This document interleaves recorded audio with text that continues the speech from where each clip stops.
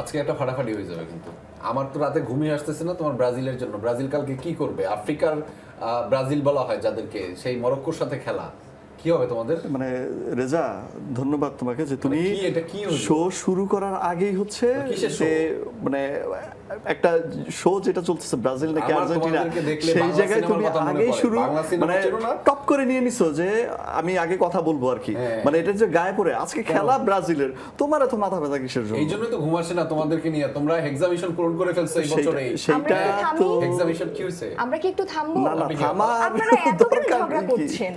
আমরা কি ভুলে গেছি আমরা একটা শোয়ে আছি, আমাদের শোয়ে আছি আমরা। আমরা একটা শোয়ের মধ্যে আছি জি।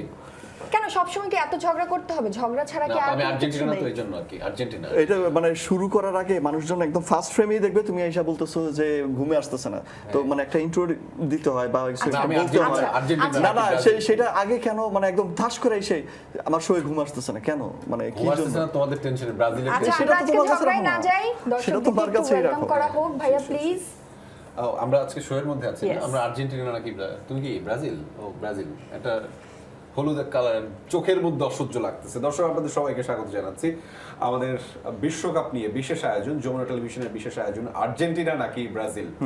নাম দেওয়া হয়েছে যে ব্রাজিল নাকি আর্জেন্টিনা, সবাই জানে, আর তুমি আগে এসে বলতেছো আর্জেন্টিনা নাকি ব্রাজিল। আর্জেন্টিনা নাকি ব্রাজিল, এটা আগে না, মানুষের উচ্চারণের একটা ব্যাপার থাকে, মানে মানুষের সবসময় দেখবা এটা হচ্ছে চিরস্থানীয়, মানে একদম পুরো সূর্য যেরকম তুমি আমাকে বলো এ আগে না বি আগে, যেটা হোক সেটা এ আগে না বি আগে, সেটা ব্রাজিল কথাটা উচ্চারণ করতে একদম অল্প সময় লাগে, ব্রাজিল একদম লাগে, আর আর্জেন্টিনা বলতে বলতে তো একটা সময় লাগে। মানে এখানে একটা তুমি বসছো একটু কথাবার্তা বলতে, তার আগে অভিনয় শুরু করছো। আমি তো অভিনয় করি। এবার তোমাদের জন্য একটা ভালো পদ্ধতি চালু করছে কিন্তু ফেসবুকে, দেখছো? কিসের পদ্ধতি? এই যে খেলার মাঠে ওয়াকার নিয়ে খেলবে নেইমার, দেখছো?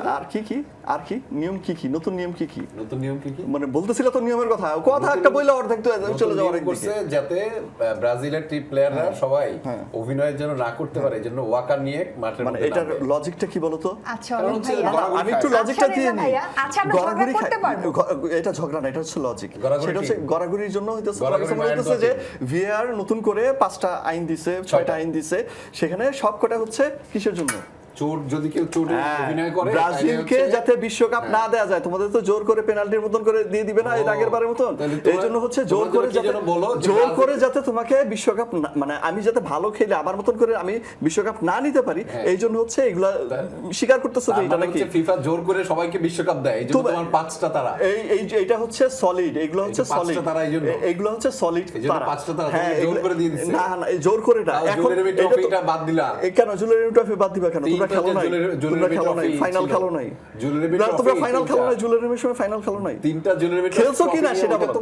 ওয়ার্ল্ড কাপ না, আরে তুমি খেলছো কিনা? আরে চলো আজকে কি কি খেলা আছে, তোমাদের খেলা কবে? তোমাদের খেলার টেনশনে আমার ঘুম আসতেছে। আমার ঘুম আসার